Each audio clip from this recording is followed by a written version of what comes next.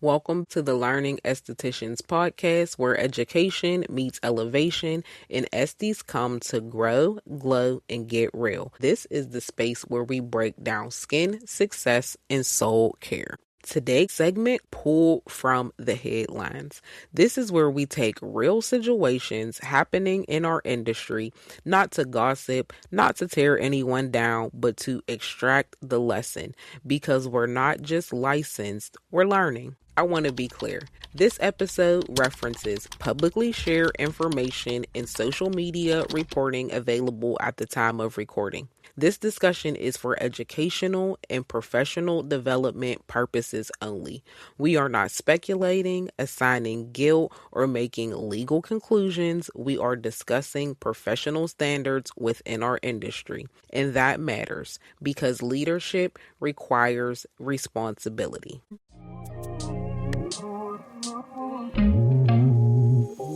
Gotta find beauty in the glow. The more you know, the more you glow. Take it everywhere you go. Everywhere you go. Feeling empowered, intentional, doing so care. Elevate, share, get it all right here. Good vibes, good time. You know that we're all right. Everybody get your learn. All right, guys. Today's headline comes from TikTok. There's a video circulating asking, do you keep politics out of the treatment room? Press. Cardi don't need more press. And the comments are split, child. Some estheticians are saying it's absolutely unprofessional. Others are saying if politics impact people's rights and lived experiences, how can you ignore it? And I mean, I get that. I get both sides. So let's start with the clip and then we'll be back to get into it. Hey everybody, so I wanted to do a little story time with you guys today. Normally I would never jump on here and do a story time, but the most insane thing happened to me today where I actually have to do this. And immediately after this happened, I called my older sister and my husband and I'm like, you guys are never gonna believe what just happened to me today. And they were like, what? And I told them and they're like, oh my gosh, I can't believe it. I'm like, I know, literally insane. And my sister's like, you need to post and tell everyone about that because that's crazy. So I went to my eyelash appointment today at Sapphire Spa in Minnetonka with Heidi. I've been seeing her for quite a few years. She does eyelash extensions, lash lifts, all of the things. Anyways, so I get in there and I'm like, hi, how are you today? And she just looked at me and I was like, weird, she's never ever been like this. So I was like, she must be having a bad day. That's just immediately what I thought. And then she's like, do you even know what's going on in today's world? And I was like, oh, are you talking about the ice here? And she's like, yes. And went on this big tangent about they're destroying our streets, all of these things. I was just listening to her. I was like, okay. And she's like, my husband's Colombian, this is just disgusting. And so I was listening to her and then she's like, I have 2 questions for you. And I was like, okay. She's like, do you support Donald Trump and do you support ICE? So I was like, okay, I'm not gonna lie to her. So I was like, yes, I did vote for President Donald Trump. And secondly, I do back our federal law enforcement. I can't imagine having that job. And she's like, there's the door. Get the F out of here. And I looked at her and I was like, so you're not going to do my eyelashes because I support Donald Trump and I support our federal law enforcement? She's like, yes, get the F out of here. And so I tried taking a video too and it didn't go all the way. So I only got the tail end of it by just a wave. And I left and I was just stunned. I'm like, what the heck? But anyways, I guess I'm coming on here and saying this because for one, how sad that this is what our world is coming to. We can't, do these things because of a political difference. And secondly, if you're Republican, I would definitely rethink your choices of going and seeing her and spending your money because that was crazy. Anyways, thanks for watching. My first reaction was an emotional reaction. At first, I was like, yeah, girl, like for the esthetician's part, at first, I'm like, okay, yes, like I feel that. And then I had to take a step back and look at it more on a professional level. And it really just made me think. I don't even know how I want to say this. I A gotta, lot to I gotta, digest, yeah, honestly. it is a lot to It's a digest, lot and to I want to make digest. sure that I speak on it correctly, because I'm a firm believer in treating the people who you want to treat, you know what I mean? But then Mhm. again, at the same time, I don't think that. I just felt like there was maybe like a better way both sides could have gone about it. I Yeah. think that's the best way for me to say it. I I feel like think that there was a better way that both sides could have gone about it, which could have respected their political and personal and professional boundaries all at once. There we go. for me, think that on a basic level, as a service provider, we are a business. We're very intimate, a very closed in, as you build a relationship, especially with the ones that keep coming and coming and coming. You build a relationship with them, they become like a sub family almost. Yes. And depending on where you are and who you service, you get people from different walks of life. People that come to me. And I think Mm, I also feel like politics is such a tender situation. I was telling you this. I feel like it's so tender. I do not talk about politics in my treatment room because unless you're just straight up racist, rude, and I don't know, you're just throw out slurs like it's cool. I mm-hmm. feel like there is a certain line that should be drawn. And I try to keep that in my treatment room. What I feel. And then there's people that don't even vote that just like to argue. So why even get Mm-hmm. into it? So I don't get into politics in my treatment room. And I hear Yeah, what and this girl is saying. Because she was emotionally charged. And she has every right to be. Don't get me wrong. I'm standing right with her. But mm-hmm. I think she should have taken that day to do some self care and just have a sabbatical day for herself. She needed a mental health day. I definitely agree. And I feel like there's a difference between treating people who have different beliefs than you versus treating someone who disrespected you. And I feel like in this case, while they were two women who had different beliefs, the client did not disrespect her by sharing her beliefs. But like you said, I do believe that certain things you shouldn't bring up in the treatment room because it can become so emotionally charged. And if you know that that's something that you can't pull your emotions out of, why bring it up with a client?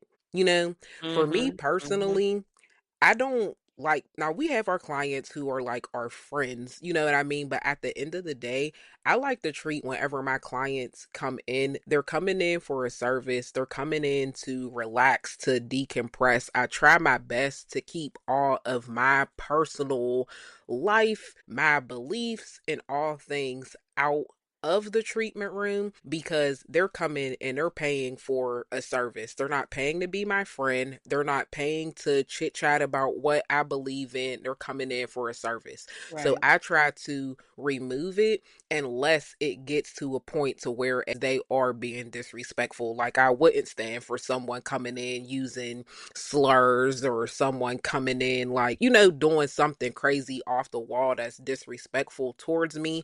But we live and work and are around people all day long who have different beliefs than us. Mhm. So yeah, I I think it's a feel big I part feel what about you're being saying. an It would have adult. been a great day for that esthetician to just be like, you know what? Due to everything that's going on in the world, I'm rescheduling clients. I'm taking a day for myself, and then I'm just going to leave it at that because you can't push what you're feeling and your life experiences onto your clients, just like how they can't do the same back to you. And I feel like too, we're in a day and time now to whereas if you want to be selective with the clients that you treat, you can kind of vet those clients before you before they come in to you.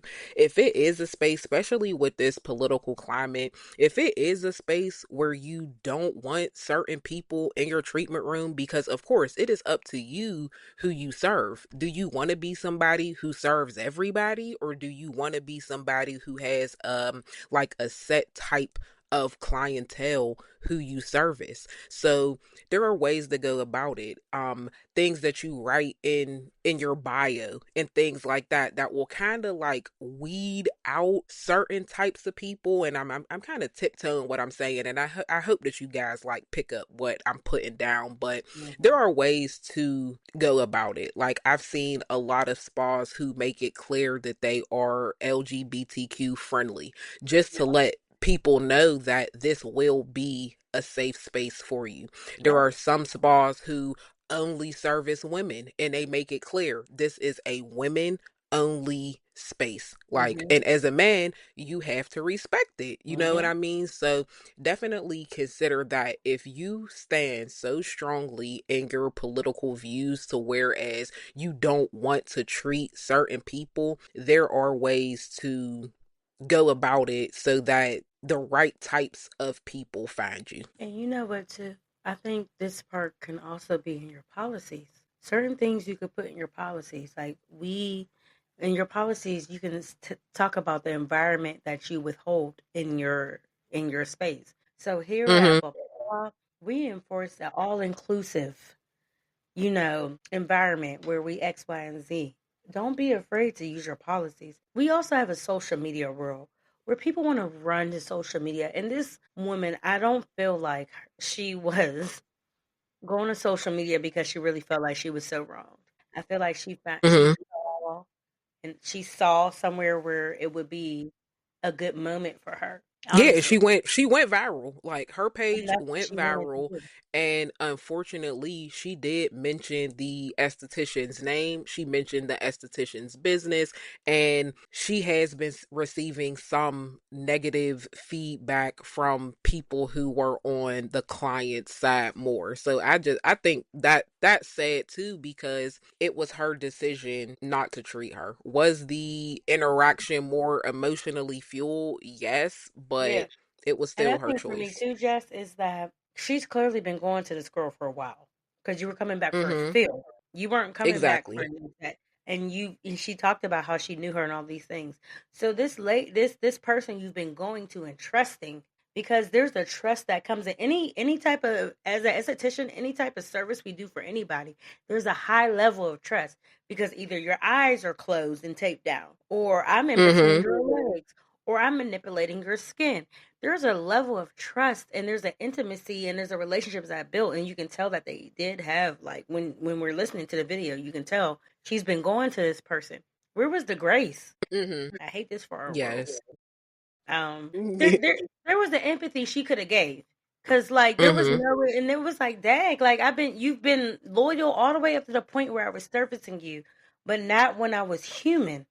And I think people Mm-hmm. forget the fact that we are service providers, workers, yes. And that's why I always say is you got to think of yourself as a business when you go into the treatment into the treatment room, because everybody else does. Your clients, like, they may care about what's going on in your life and what's happening, but what they got going on in their life, that's bigger for them. Exactly. You don't have. Now, I know this is an extremely heated back and forth conversation, guys, but we want to actually break it down. We're going to take this into the lessons lounge and talk about how this can affect you and things that you can do in the future just to make things better in your treatment. So strap up your seatbelts, guys, because we're about to go into the lessons lounge. Come on, ride on the magic school bus. Welcome to the Lessons Lounge, guys, where we're going to pull real life things that you can use in your treatment room from our topic today. And we're going to break this down into 3 quick little lessons.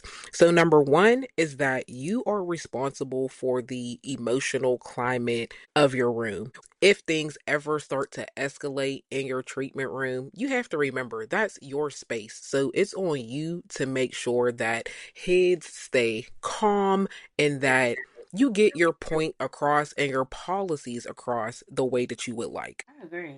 Lesson two, decide before you're put on the spot. You have to set the boundaries and the parameters for how your business is going to run. And just like Alexa said, put all of that information out there already whenever you're creating your content. This goes back to our other episode about content and systems. Whenever you're creating your content, do some educational content, letting people know this is what to expect whenever you come into my space. Some informational content, letting people know what you believe in and what you stand for.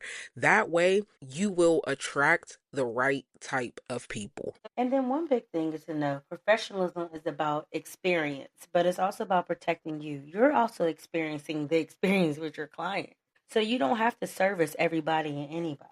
One conversation becomes heated or uncomfortable, that experience is going to change you. And I've been there where conversation kind of led somewhere where I felt uncomfortable or where I felt like, this is strange.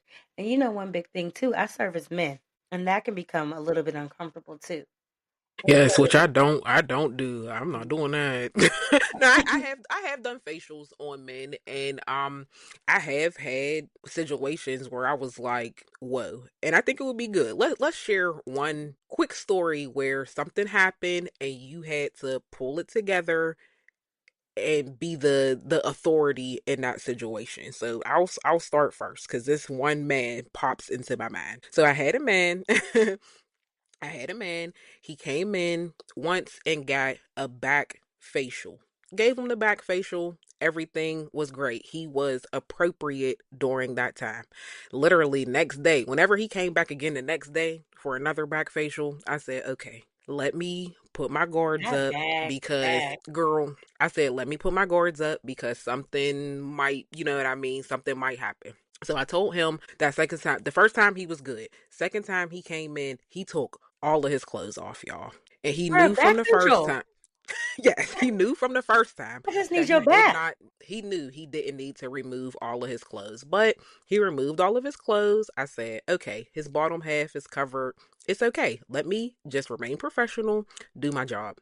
As I am doing this back facial, he start trying to tilt his hips a little bit and turn a little bit. I said, sir. I said, absolutely not. And he was like, oh, my back from golfing, my back. I said, well, sir, you need to go see a chiropractor. Maybe you need to go and get another I'm not massage gonna lie. because this isn't, you know what I mean? This isn't what you need. And honestly, like, it's making me uncomfortable. So I'm just going to go ahead and end the service here and we'll go from there. And of course, once people get caught doing something they're not supposed to do, he was very apologetic, like, oh my gosh, no, I'm so sorry. I'm so sorry. But I know where my boundaries are. And he made me feel uncomfortable and I felt like he was trying to do too much. So I said, you know what, sir?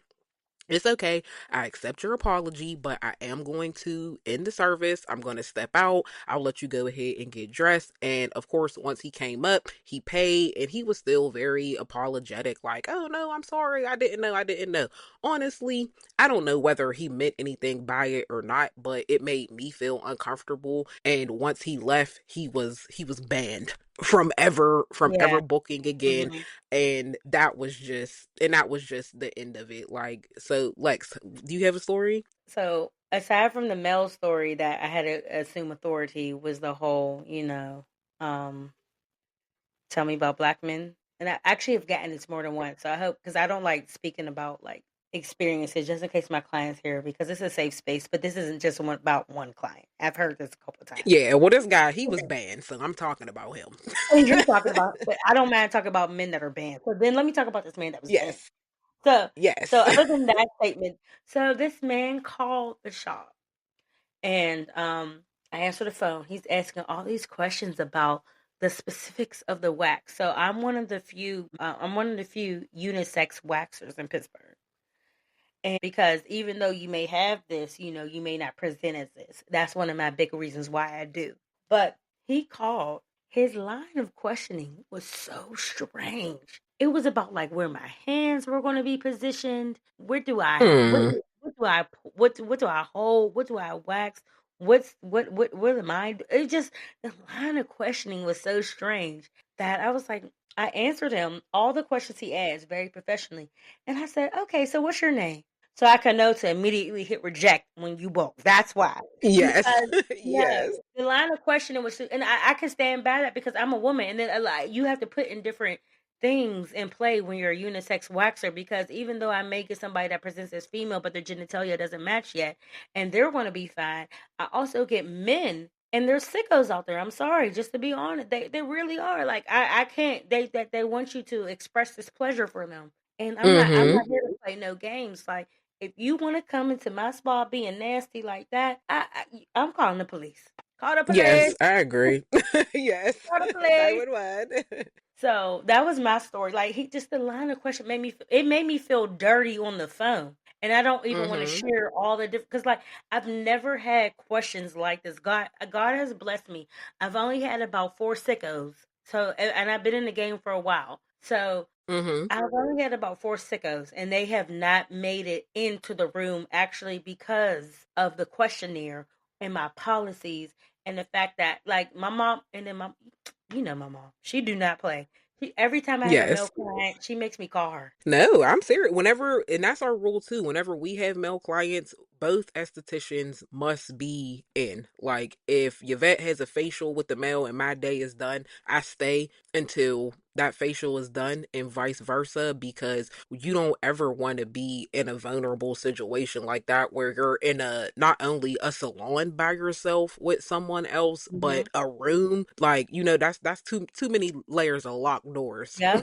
Like too many layers of locked doors for And then me. I was, So, at one point, I was like, maybe I only take male clients on certain days where I know somebody's in a shop. Like mhm, Saturday's the day that somebody's going to be there. mhm, It just won't be me. And so at one point, I was like, do I just take male clients on Saturday only because of what they've been presenting? It's like, and then I mean, there's a woman that can overpower me, but it's more likely that a man is. It's not like I'm just, yeah, all you have over. you have to be careful. Hmm. And even speaking to it, this just made me think of a situation with a woman where I did have to set a boundary. It wasn't whereas I felt like she was trying to do anything like physically to me, but it was a woman who came in for a wax, and she wanted her friend, and I'm doing that in air quotes, who was a female also, to come in the room with her while she No, I was don't do getting a that. wax. Hmm. And that is something that I do not do. Like, Smart you man. don't, if you're here, you're grown. You know what I mean? I don't wax under 18,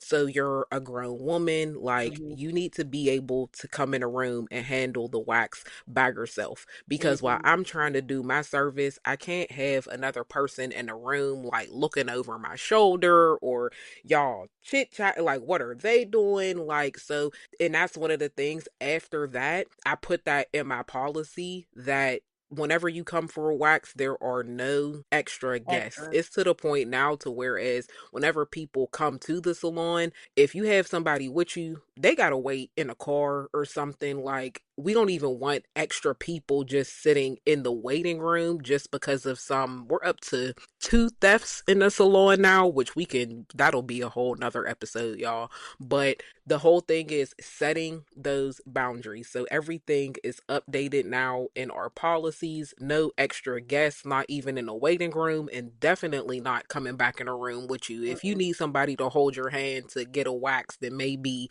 you shouldn't get a wax. And I always thought that was strange. Now I do 16 and up. And I do Mhm. 16 and up because when I started at European Wax Center, that's how they started. And when I was so I didn't have an option. That was the policy. Yeah. But Yeah. the reason why I continued it into my own space was because of the stories that I was getting when I was waxing 16 and up. It was like there was a little girl who was Mhm. being teased because she was like Italian and Greek.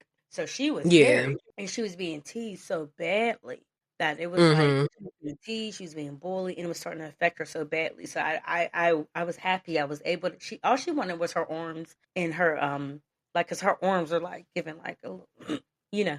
So it Yeah. was too much for her. Like either you own it or you don't want to own it, and she couldn't own it. So like, Mhm. let's get rid of it. Yeah. And I'd rather we do that than you shave because Mhm. we know that we know what happens when you shave. I've also done Yes. I don't know if you call them professional in high school, but they were taking their sports very seriously in high school because, college and what comes after that. So I've done a lot of swimmers, and they're like, we don't want to, but I alter what I do. There's no reason in this world why a 16-year-old needs a Brazilian, but I don't mind doing a bikini. So there's different, like my rules are different because I'll do a bikini on a 16-year-old if you don't want it to be all. Because I rather you wax and shave if you're a candidate. But yeah, and look, I agree with that. As the a mom, parent y'all know can I come back. have daughters. I'll do my daughter's bikini, do their underarms and things like that. But like, that's definitely where we draw That's the it. line. But when people want to bring, well, I'm saying a parent can be in there, but when people want to bring in their boyfriends and stuff like that, number one, as a Yeah, woman, I'm like, why do you want them to see you? And you don't want them to know what gets to, like, you yeah, just it's want them to supposed to know that be it's a done. Why sacred do you want them to space. see the process? I don't let people touch me Yes. because what if y'all jump me? Like, no, no, no, no.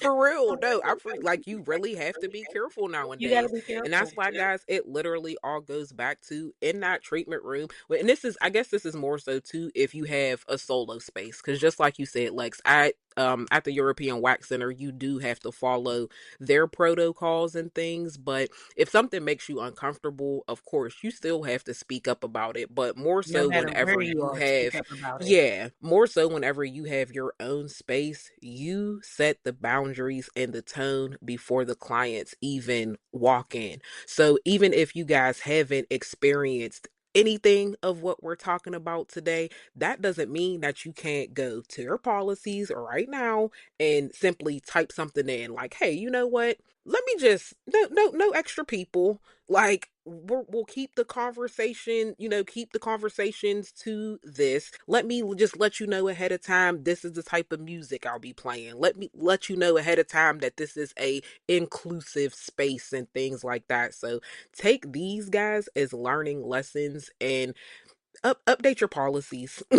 Update your policies and just think ahead. If you were in a heated situation with a client, what are some things that you would do to kind of like de-escalate the situation beforehand? Because just because it hasn't happened to you now doesn't mean that it won't. And the main thing is to stay ready so that you don't have to get ready.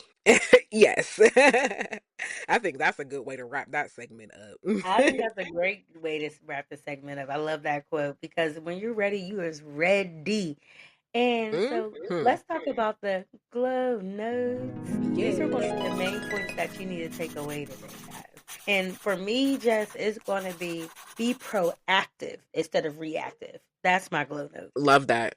I love that. That's my glow note. Yes, I mean for me it's literally the same thing, just in different wording. Get ready, stay ready so that you don't have to get ready. That's what it's really all about, y'all. I'm loving this pull from the headlines. Press. Y'all, if you see Mm. anything going on the show, on the socials, on the Give it TikToks, to on the us. Instagrams, on the Give it Facebooks to us. that you feel like would be a good conversation, drop it, y'all. Send it to us, DM us, like put it in the Learning Estheticians Facebook group. Like I think this is so good because these are things that are happening in real time, and these are the things that we need to talk about. For homework. Let's be clear on the Yes, y'all homework. ain't getting off easy. There is some Yeah. homework today. Always some homework with the learning estheticians. So our homework, go over your policies and make sure they support your life right now, what's going on in this current climate and how you feel and make sure it protects you. Yep, That's homework. that's the Because that's homework. enough homework. Because there's so many Literally. policies to have. There's a refund policy, attendance policy, appointment policy, refund not just on the service, but also your product. Mm-hmm. So go over your policies and make sure they support and protect you is the homework. Yes, and if you have any questions about policies, how to write them up, or anything like that, let's keep that conversation going in the Learning Estheticians Facebook group, and we will answer any questions that you guys have about policies.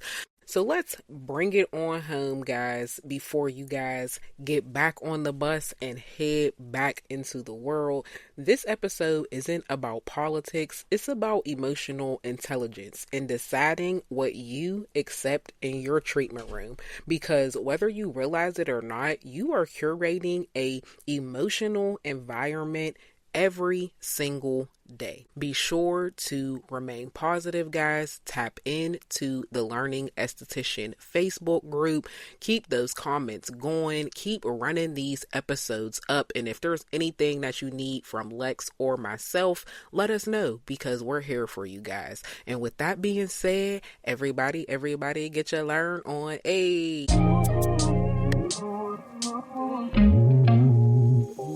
Gotta find beauty in the flow. The more you know, the more you glow. Take it everywhere you go. Everywhere you go. Feeling powered, intentional, doing so care. Elevate, share, get it all right here. Good vibes, good time. You know that we're all right. Everybody get your learn on. Everybody get your grow on, go on. Everybody get your shine on. Right here's where it's at all the time. Oh, everybody get your learn on. Everybody get your grow on, go on. Everybody get your shine on. Right here's where it's at, queen shine on.